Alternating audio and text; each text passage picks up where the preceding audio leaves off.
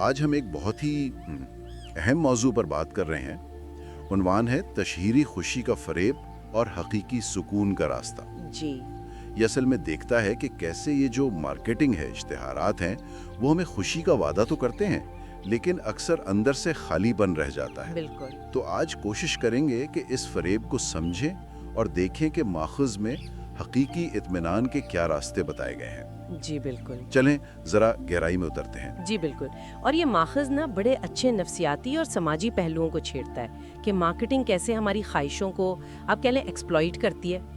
لیکن جیسا متن میں بھی ہے، یہ راستہ شاید ہمیں اصل خوشی سے، حقیقی سکون سے دور ہی لے جاتا ہے۔ تو مطلب بنیادی خیال یہی ہوا کہ یہ جو بازار میں ملتی خوشی ہے وہ اکثر بس ایک سراب ہے۔ ایک دھوکہ۔ ماخذ میں ایک تحقیق کا بھی ذکر ہے کینسر کی، جو کہتی ہے کہ یہ صارفیت یعنی چیزیں خریدتے رہنا یہ ایک قسم کا ڈوپامین ٹریپ ہے۔ جی بالکل، وقتی طور پر اچھا لگتا ہے، ایک رش ملتا ہے، لیکن وہ خوشی ٹکتی نہیں، جلدی ختم ہو جاتی ہے اور پھر کچھ نیا چاہیے۔ تو ماخذ کیسے بیان کرتا ہے اس جال کو؟ دیکھیں، ماخذ یہ کہتا ہے کہ اشتہارات ہے نا، وہ ایسی ضرورتیں پیدا کر دیتے ہیں جو شاید ہماری اصل ضرورتیں ہیں ہی نہیں۔ اچھا۔ ہم چیزوں کے پیچھے بھاگتے ہیں اور پھر احساس ہوتا ہے کہ بھئی خوشی تو ملی ہی نہیں۔ اور اسی سے جڑی ہے وہ پوسٹ پرچیز ریگریٹ والی بات، یعنی خریداری کے بعد کا پچھتاوا۔ کہ یہ کیوں لے لیا؟ بالکل، تحقیق بھی ہے اس پر، اور ماخذ میں تو ایک بڑا چپتا ہوا جملہ بھی ہے، شاید اسی کیفیت کے لیے، کہ ہنسی آتی ہے تیری خالی جیب پر۔ اوہو، یہ تو کافی سخت بات ہے۔ جی، تو یہ ایک چکر بن جاتا ہے، خواہش جگائی، چیز خریدی اور پھر مایوسی۔ یہ تو سمجھ آ رہا ہے، لیکن یہ تو کافی مایوس کن تصویر ہے۔ تو اگر چیزیں خریدنا جواب نہیں تو کیا ماخذ کوئی متبادل راستہ، کوئی حل بھی بتاتا ہے؟ ہاں بالکل بتاتا ہے، اور وہ راستے زیادہ پائیدار ہیں۔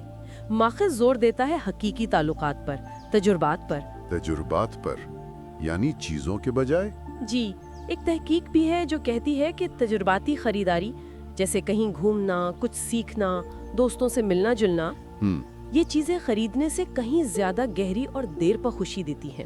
ماخوذ تو جیسے پکارتا ہے، اب جا مال چھوڑ۔ اب جا مال چھوڑ، مطلب اپنی توجہ مادی چیزوں سے ہٹاؤ۔ بالکل، تجربات اور تعلقات پر لاؤ۔ صحیح، یہ تو زیادہ ٹھوس لگ رہا ہے۔ اچھا، اور کیا عملی قدم ہیں جو ماخوذ میں بتائے گئے ہیں؟ کئی عملی قدم ہیں۔ ایک تو ہے شکر گزاری، یعنی جو ہے اس پر نظر رکھنا، اس کا شکر ادا کرنا۔ شکر گزاری۔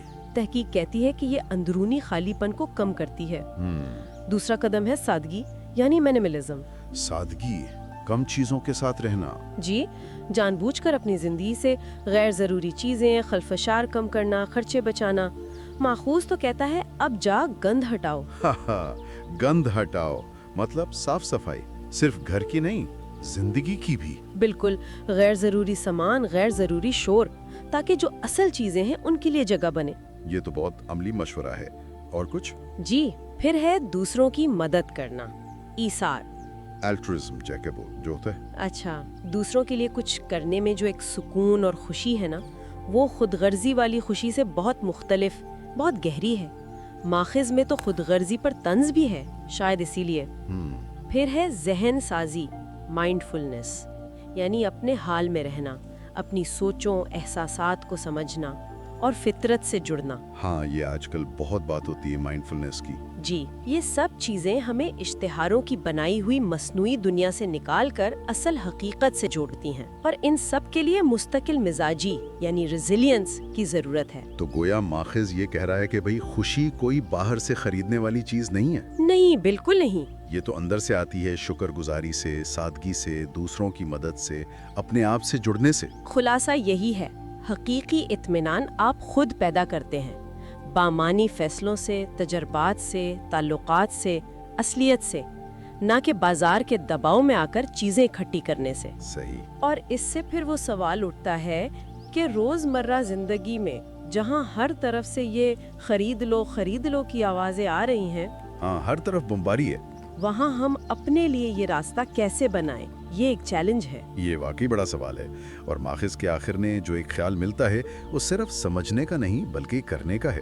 جی، عمل کرنے کا۔ ماخذ تو قاری کو ایک طرح سے للکارتا ہے کہ ان سچائیوں کو اپناؤ، اپنا سکون خود ڈھونڈو